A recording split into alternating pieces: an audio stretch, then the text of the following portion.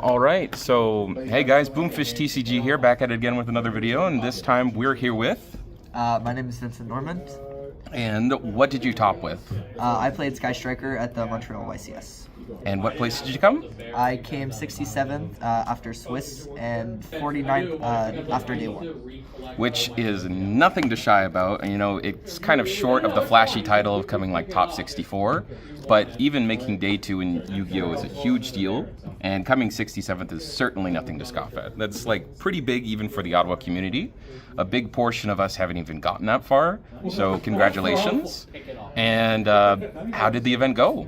It went super well. Day one I went X2, so I was super proud of myself because it's my first YCS. First YCS and day two. Yeah. My goodness. So I played at a few regionals before, but Striker I picked up maybe 3 weeks before. I just had a gut feeling to play it because I saw how well Ryan you did with it, and I wanted to play a deck that I was comfortable playing for like round after round after round.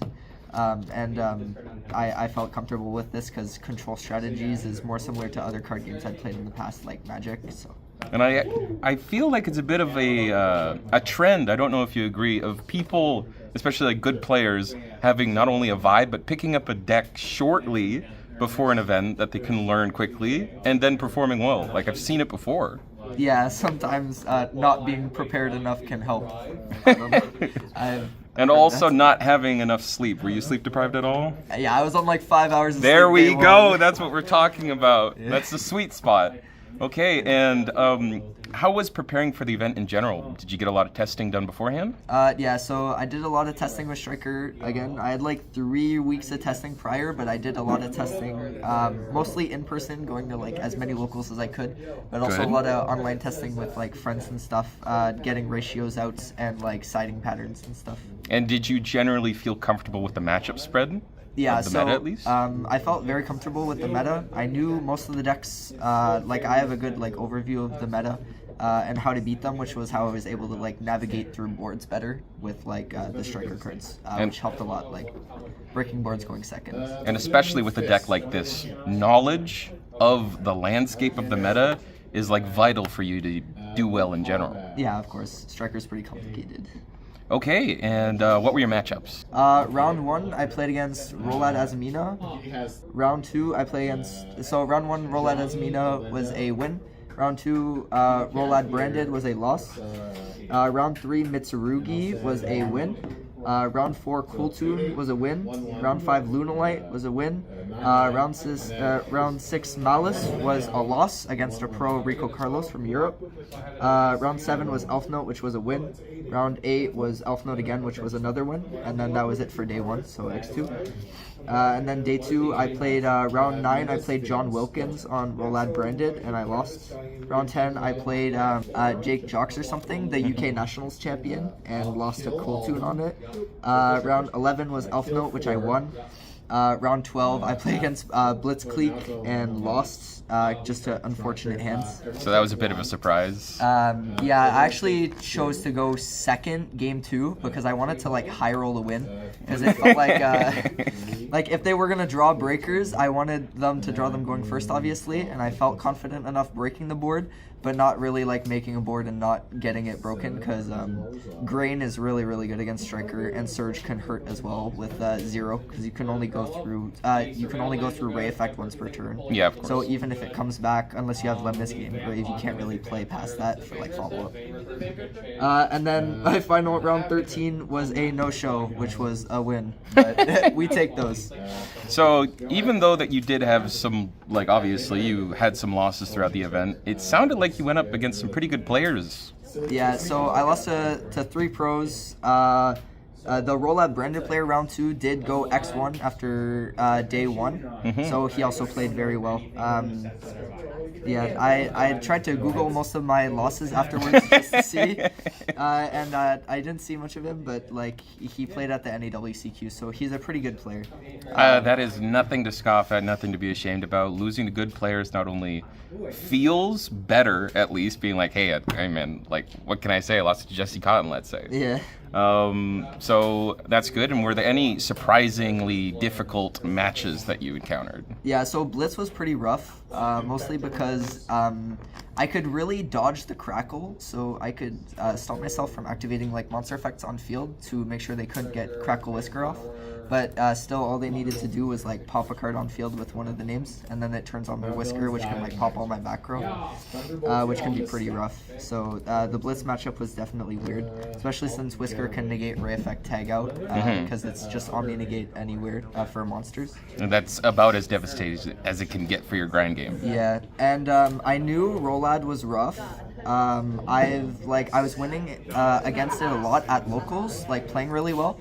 But when you play against better players, obviously, if they make no misplays, it's almost impossible to win a Rolad matchup. Interesting. Like round 1 against Rolad Azamina, like he misplayed like once or twice, and like I really had to like take advantage of that and like go for the win immediately. And you mentioned like through your matchups, not only did you play against Rolad Azamina, but I think Rolad Branded as well. Was that one? So I lost to both of my Rolad Brandeds. And it doesn't. Do you think it matters the variant you face off against, or is it just Rolad in general? Yeah, so Branded has a better grind game, and I feel like it's a worse matchup than Azamina, because I can break the Azamina board. Like, even Spell Canceller isn't that rough as long as I open Ray plus evenly, which I did do.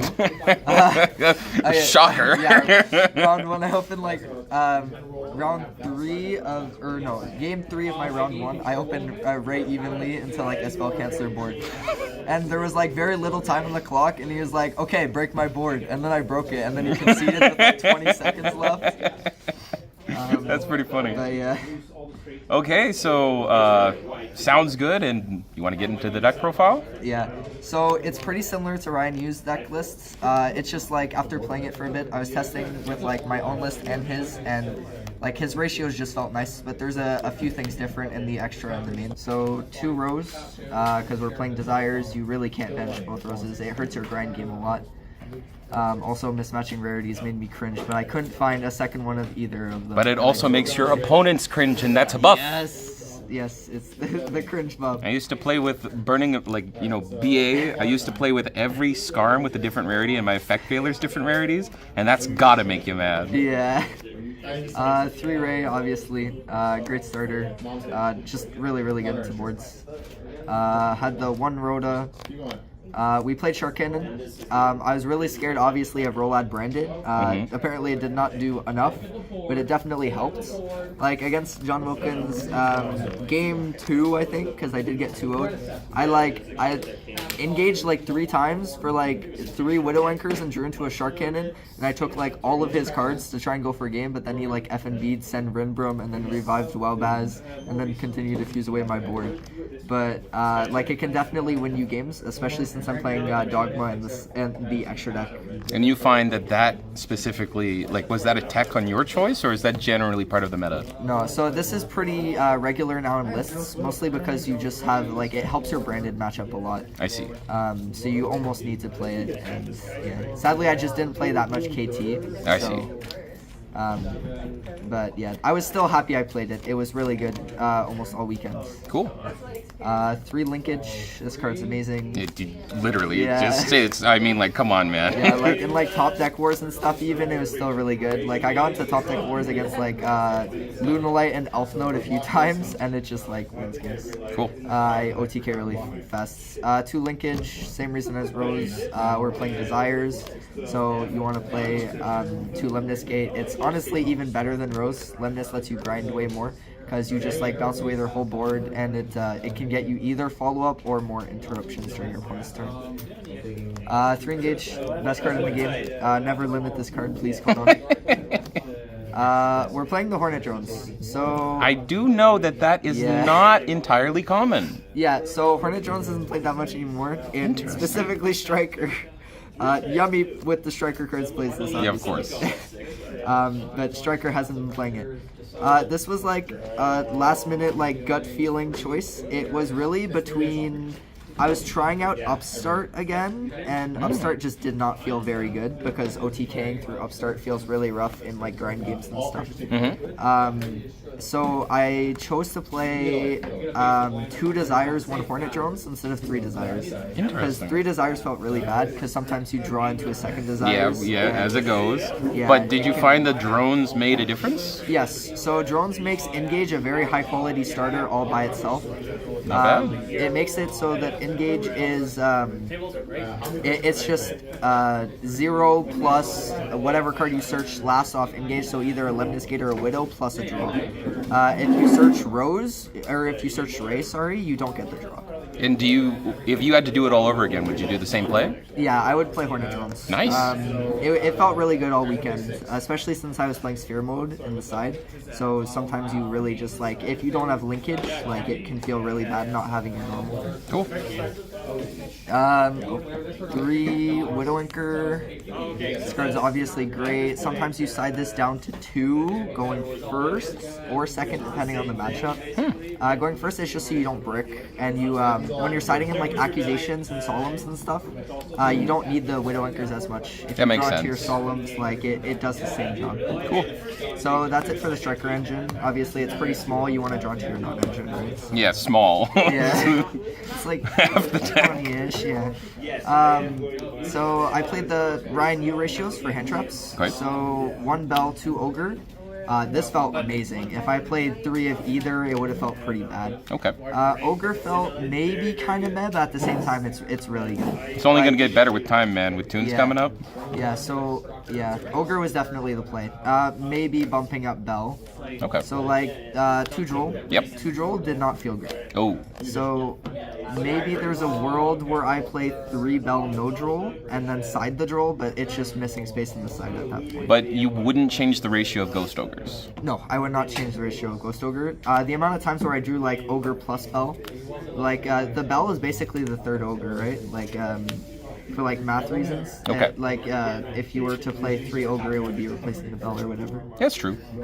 So I drew Ogre plus Bell a few times, so it feels nice to have like diversity in your hand. Yeah, that's true. Which is also why playing 3 Bell might not be the greatest, because drawing doubles is a lot easier when you're drawing a lot off Engage. That's true. 3 Ash, the only hand trap worth playing 3 of, because you want to draw multiples, honestly. It's good going. It's like, if you go first, you can use it during your turn for like Charmies, during their turn, and also for their follow-up during your next turn after that as well. And if this is the end of the monster hand traps, I'm also noticing no main deck Charmies. Is it not worth it? No, so main deck Charmies aren't great in Striker in general. Okay. You don't really want to go second, and if you do, your engine and some of your non-engine is usually strong enough to break their board without needing the extra cards. Okay. There are some Rollad slot piles now, but if you are unlucky enough to lose the dice roll to them and lose game 1, you can just win out game 3 when you side in your Charmies and Sphere modes. Okay, and so better breakers. they have the backup just in case. Yeah, so you just hope game 3 is enough, or you draw Droll. Sometimes it's good Cool. enough. 2 Crown felt really good. I don't think 3 is necessary because you want to keep it at 40, and you might draw multiples, but it did feel really good whenever I drew it going first and second, honestly. Because even if you can't kill through it, you can just outgrind. So 3 Visions, 1 MST. This is the best card in your deck because it draws all your other good cards. Like, I already knew about the quick play, like, I guess, quick play engines that people have been playing, especially with that card. And Striker just fits in with it so well. Yeah, so it's really the perfect card for Striker because even if they Ash this, which a few of my opponents did, you get a free spell engrave. So you're going 1 for 1, so you're not going minus or anything. And you're getting a spell engrave, which is inherently better for you than your opponent, right? That is a very funny way to think about things. Like, you can stop this, but I don't care. Yeah, because if you like hard draw engage or something, it's like pretty much over at that point. Dang. Talons, this card's broken. Really, really good, obviously. There's a reason why it's at 1. Called by. Called by was pretty good. Maybe there's a world where you cut it, but it's a quick play, so it's obviously. Cut it to side deck or cut it from the deck? Cut it to side, definitely. Gotcha. Because you want it going first for Charmies or Droll. Gotcha. But going second, it does feel pretty bad, so. Then 3 FNV. This card's custom again. Like, it's ridiculous. So in disgusting. Striker. Yeah, in any deck honestly, but in Striker you get more spells engraved. You can pop your own engage going first to get 3. So to get the extra draw, and then you set enemies off Albion. Oh my god. FNV is also, like, being able to pop your own engage is one of the reasons why I was playing Dogma in the extra deck. Is so that I can send Albion during my own turn and then Dogma during your turn to go through 3 FNVs. Gotcha. But sometimes you side down to 2 in matchups where you need high impact board breakers, where like low impact ones like this isn't quite enough. Like Rolad as an Enos. Yeah. And then, like I said earlier, the 2 desires. This felt really good. Not playing 3 means you don't draw it every game, but that's okay. Like, you have enough draw power usually anyways. It's just like backup to draw into your non-engine. And I feel like, especially with this deck, a lot of the times Pot of Desires has been used kind of as a things have already happened, and then I'm going to Desires. Yeah, exactly. Striker takes advantage of that. Yeah. So much. Yeah. I will go to the extra deck next. Sure. So, this is pretty standard for the engine extra cards. 1 Amatsu, 1 Shizuku, 1 Hayate. These are all amazing. Amatsu comes up so much. This card is ridiculous. And is that the one that has like the negate effect on it? Yeah, so it replaces the effect of a monster with 2,000 attack or more when they activate it on field. I know initially when that came out, it was kind of questionable if they were even running it in the beginning. Yeah. But you are comfortable with this. Yeah, this card is like a ridiculous. It helps so much with breaking boards, right? So, Okay. Next, 3 Kagari. You have to play 3. If you're only playing 2, you're greedy, honestly. Like, the 3rd does come up. Like, you'll lose games if you don't play 3. Yeah. 3-0, this is even more important. Yeah, especially with like desires, if you like randomly banish both of your Lemnis gates or something, which you hope doesn't happen, that's why you're playing 2 obviously, Yep. You're not going to be able to recycle these. So even after 1 Lemnis, sometimes you need to recycle them more, or you just need the 3rd. So it's very important to play 3. Makes sense. Zeke, this comes up a lot off of, you can go like 0 effect tag out, and then whenever you need a second point of interaction, you can Ray tag out Kagari. Kagari 1 target engage, 2 Lemnis gate to make Zeke, because you can't just make Azalea because it takes a dark. Oh yeah, that makes sense. So yeah, Zeke comes up a lot going first and interacting with boards. Cool. Obviously Azalea, this card is ridiculous. Going second. Especially in Striker. Yeah, not just like Mitsu and stuff.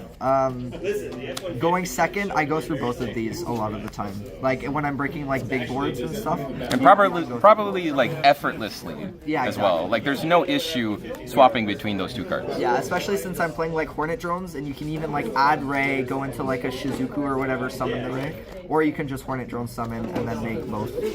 Yes, that's true. So they both come up super often. So you found not only is drones useful, but the attribute of the token. Yeah, because it's a light token. I'm playing Camellia. This card is really, really good, especially if you open Ray plus Camellia. It has come up more than once, and it came up specifically against Lunalite, where we were in a bit of a like resource management like grind game where neither of us had very much. I top decked Widowinker for turn, and then I like normal summoned Droll. Or I went draw phase, Widowinker, target one of their monsters, take, normal summon Droll, and then I made Camellia and I went full combo and he scooped. So this card comes up like more than just like if you open Ray plus Rose. Yeah. Obviously for FNV targets, Albion, Dogma, and Ecclesia. So Ryan was playing, this was SP for Ryan. At the NAWCQ, he did not play a single branded, and he played like almost no rollout. So he didn't need this card obviously, but in my opinion, it was almost necessary. Especially with the number you ended up facing off against. Yeah, so my only 2 losses was to rollout branded, sadly, even with this. So apparently it did not do enough, but SP, so this is either Dogma, SP, or Typhon. Neither SP or Typhon came up the entire tournament, in my opinion. This was always better. Okay. Getting to the 3rd FNV can matter a lot. It can really win games. Cool. So I'll go to the side. This is just fully like no innovation, just Ryan Yu, but it like there's a reason why he played it that way, right? Like he won with it, so it's probably not bad. 3 evenly. This card's amazing this format, especially if you're not playing like. I think it's better than Duster Lightning Storm. Is there a matchup where you wouldn't side this going second? Yeah, so I don't know. I don't think so. I think I sided it in going second in almost every single matchup. Good enough. Because yeah, most decks right now even do have back row, and if they don't, like they still lose to this card. Gotcha. This card cooks KT as well. Yeah. 3 Folos. This is just for the like 60 card combo slot files and like Power Patron and stuff. Yeah. Sometimes you need it as just like a okay, I have a chance at winning button or whatever. Helps a lot. And I see that card. I'm seeing it right now. The most disgusting thing for Striker. Yeah, Potus Sloth is ridiculous. If I resolve this card, I'm almost definitely winning the game. You get a custom hand, and then you get an extra spell in frame. It's so free for Striker. Like, if this resolves, you're almost like winning the game on the spot. Like, this won me my round 1 against Roulette Azamina, because like I drew into like a starter plus Sphere Mode. But yeah. And then, speaking of Sphere Mode, 2. Yep. This is same reason as Tuolos. Big combo decks. You just need a way to break their board at all. Yeah. Because sometimes it's like almost impossible. This comes up a lot against Rolad as well, and Elf Note. Those were the 2 main matchups I sided it in. Was Elf Note and Rolad. Gotcha. So all these cards were for going second, so we gotta play some going first cards. Most broken cards in the game. Accusation is ridiculous. Judgment was a little bit weird sometimes because it can't stop monster effects in hand and stuff. But So is that something where like, is there almost a consideration for strike or warning? So playing Strike felt really nice. I never played Strike in Striker, but I think Judgment is just more of an auto pick because you don't. It stops you from getting like Duster and Lightning Storm. Yeah, of course. But I didn't get Duster or Lightning Storm almost all weekend. Lucky man. Yeah, but I drew these a lot, so using them on Engine, like Accusation on KTS, or like even like I Accusationed Mitsurugi Ritual, and I made 3 and managed to hold their copies, and it was amazing. That's brutal. Yeah, they had to like Kusanage to like add it back to hand and stuff, but it was awesome. Okay. So this card's All right, so that rounds out the deck profile. And do you have any shout-outs? Shoutouts to my locals, Red Dragon Gaming, and shoutouts to Joey Matthews and John for helping me test and teach me how to play the game again after I took a long break. And yeah, thank you very much. Can we expect you at any future events, regionals or YCSs? Yeah, so I'll try and show up to like as many like Montreal and Toronto regionals as I can. In terms of YCSs, traveling is like rough, obviously, because I'm still in like school and stuff. But yeah, expect me to see like around the Ontario, Quebec area for like regionals. Well, I'm excited to see how you perform in the future, and hopefully we can get another top out of you, maybe even a win. Good luck, and thanks for tuning in, and I'll see you guys next time. Peace.